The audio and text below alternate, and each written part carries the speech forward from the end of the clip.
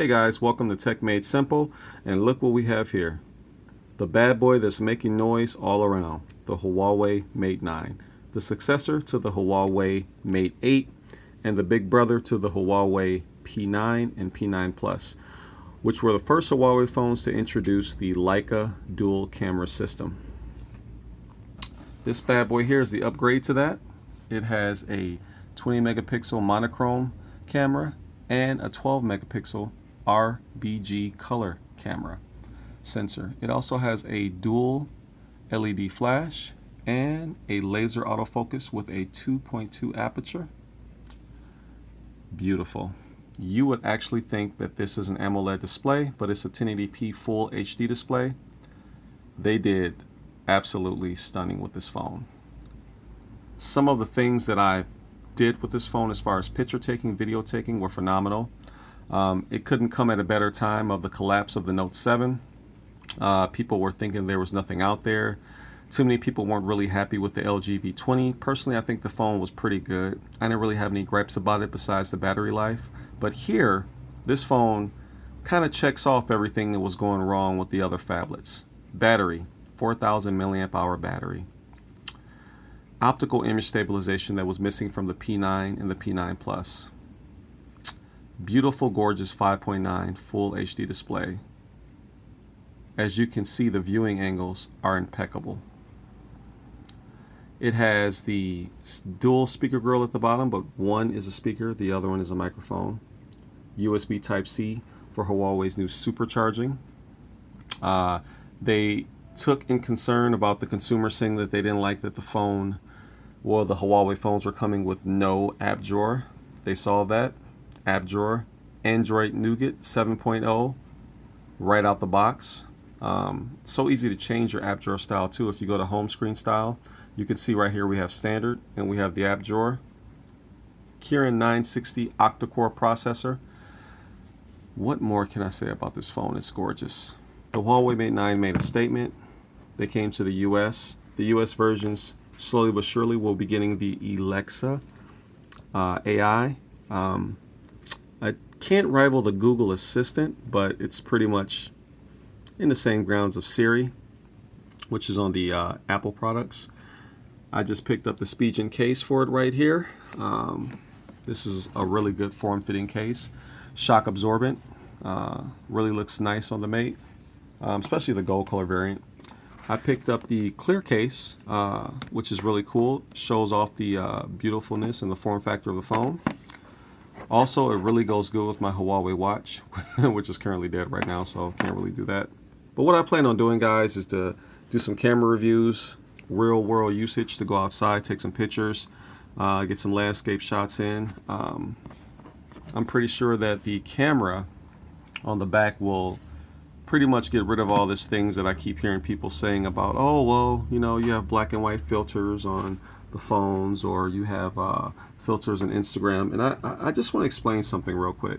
When you have a dedicated monochrome sensor, which is 20 megapixels, it's different than just taking a filter and putting it over a color photo. It's different. You get more detail, you get more light. You get more light in the areas where they're dark. You get a sharper all-around professional looking picture versus a watered down, you know, filter picture. So that's a big difference, and hardware will always supersede software. Software is used for the hardware and can also downgrade hardware, but if you have a dedicated sensor just for that factor, I mean, you have to think about that. 4 gigs of RAM, 64 gigs of internal space.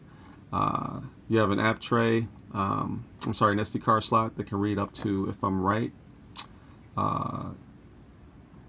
was it 200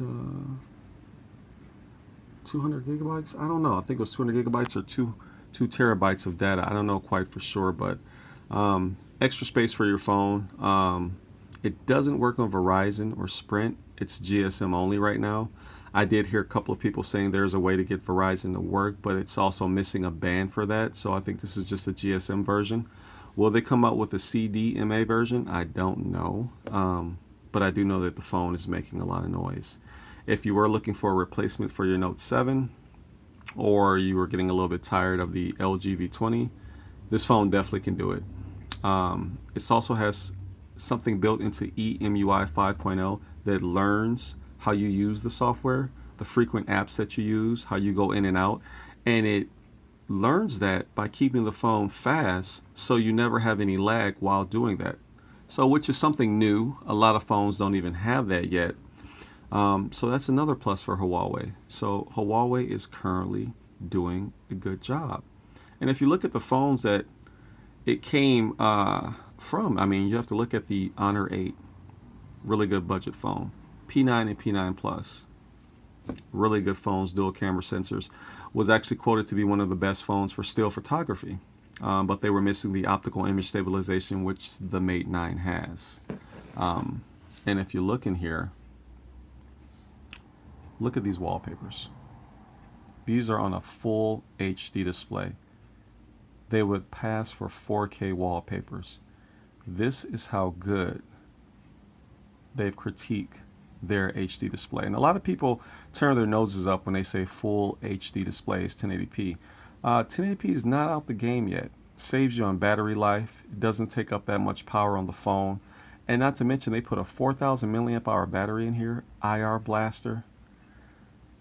What more can you ask for? Beautiful form factor, lightning fast fingerprint scanner. I'll show you. Look at that. Turning it off. Wow. They were known for their fingerprint scanner on the Nexus 6P, which is another phone that is absolutely stunning in low light, which is still making noise. Huawei's here to stay.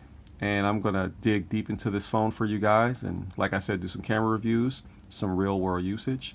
We're going to go out and take some videos. We're going to see what this bad boy can do and what it's already doing to the community. So guys, thank you for taking this time with me to dig a little deep into this pre-review of the Huawei Mate 9.